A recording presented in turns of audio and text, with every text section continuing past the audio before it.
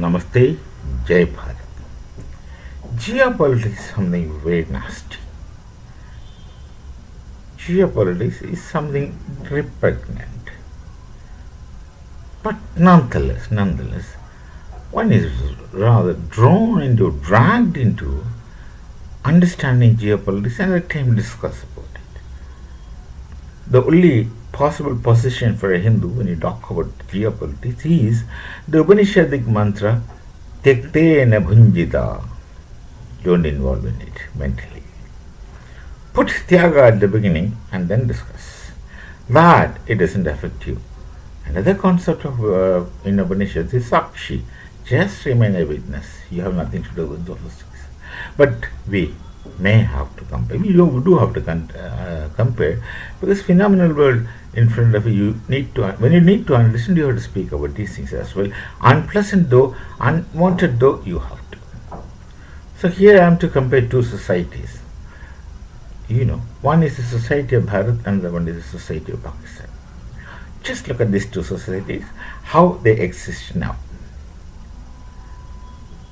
Ideally, theoretically, these societies have no difference. They're just one and the same. They have been one and the same in the past and ought to be one and the same even now and also in future. This is ideal situation. But what actually is the case is in front of you. Well, I need not to explain, speak, spending more time.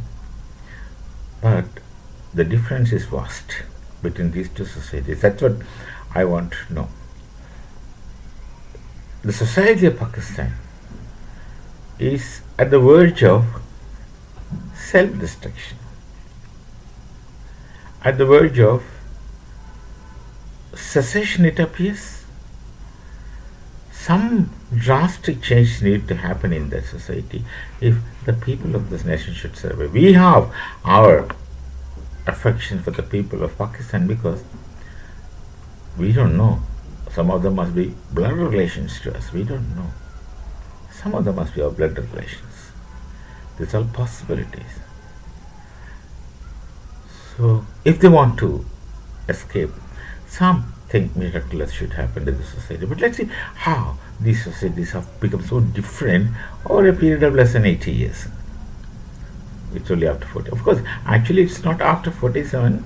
The real struggle between these two communities began way back after the first struggle for independence, 1857. And that was given enough oil, and the flame went on until 1947, where they got to become two different societies. Look at Bharat. Let me say about Bharat. This is a land of multiplicity and plurality. But this multiplicity and plurality was inbuilt in our knowledge tradition, which is the Veda Upanishadic knowledge tradition. And the Acharyas of Bharat, the Maharshis of Bharat, understood that the nature is multiple and plural. So it was so easy for them to weave out a philosophy or an epistemology of coexistence of the multiple and plural. Look at the Sanatana Dharma, Hindu Dharma. There are multiple gods. They have plurality, but they coexist. They don't contradict. Now, why do they coexist is a different question which take longer time in discussion. But they do coexist, which is in front of you. I will only touch upon that. Why and how shall be a longer discussion, which will call for much deeper philosophy. So, but they do coexist. This multiple small g gods, of course, which people misunderstand or they don't understand, do coexist, and there is no contradiction or conflict among the multiple faith system. All this, they're not different from one another, but they're variants of one reality. That difference is a huge difference. They are not different, but they're variants of the same reality. So there is multiplicity and plurality do coexist, which is in our epistemology, and we have been brought up like that. So from that you see what continues. We have many languages. The what do you call, unauthentic imagination of unity and diversity is a very mundane and childlike thought of those people who coined it. You can imagine who they are. Why should I name them? They're dead and gone.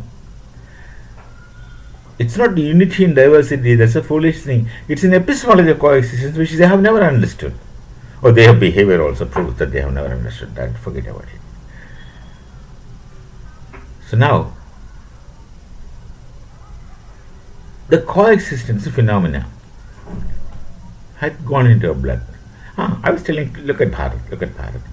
We have many languages, many geographical variations of region, many dress variations, and food habits variations. Look at this. The mindset or the mind which doesn't understand the coexistence of the multiple and plural would instantly think that, oh, these are all different things. Someday in future they will fall off. It was predicted by so many people.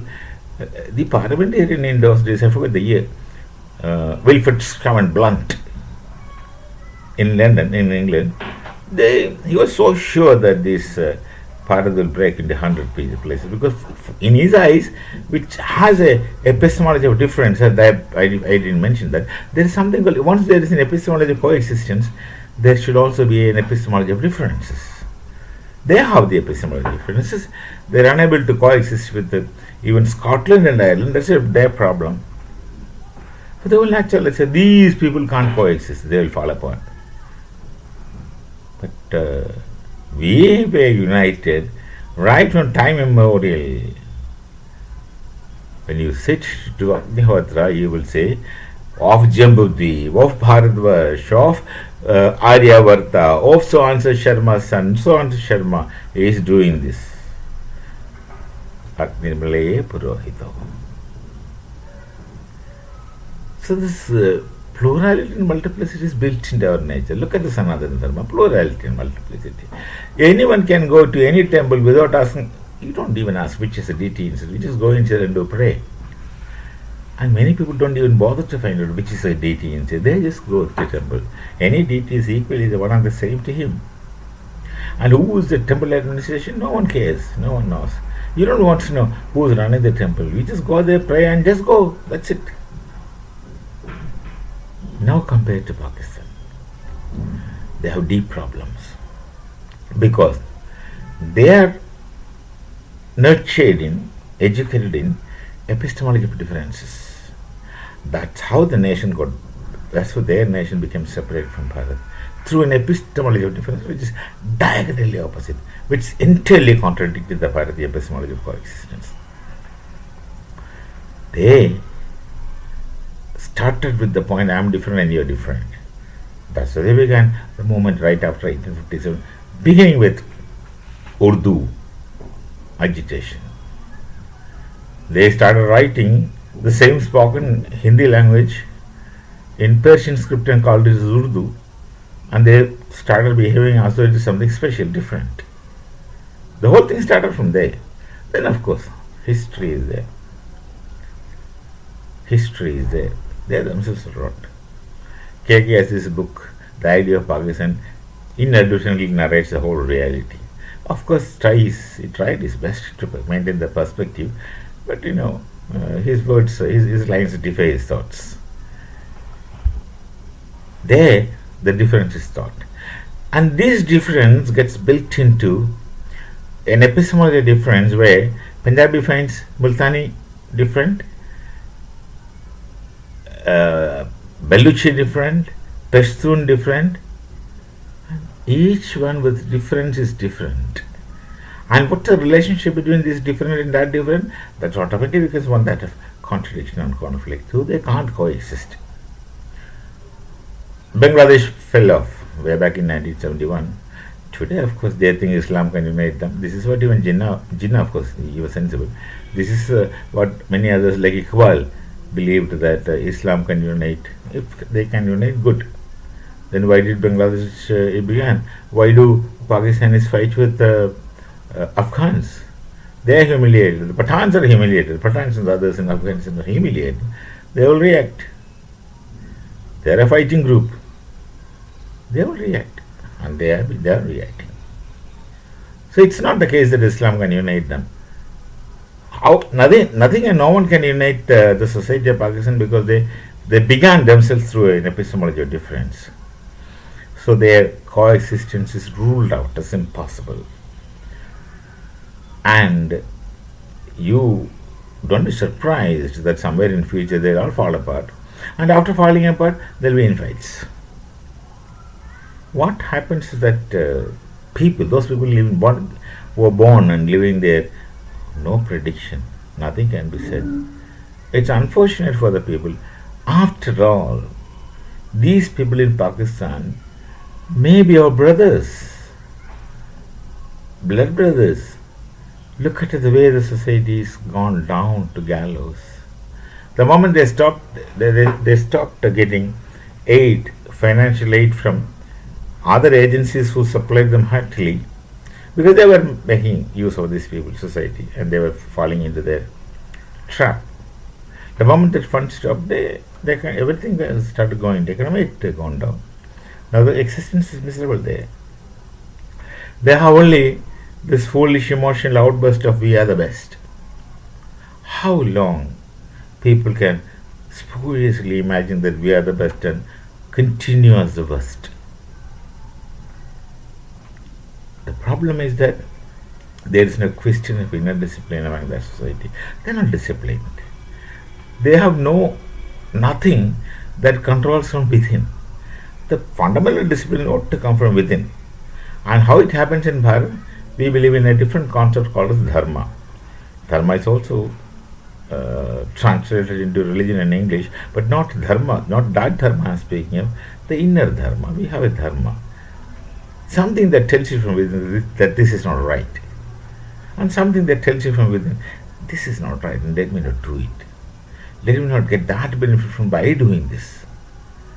Such things function within an average path. Within an average path. There are exceptions.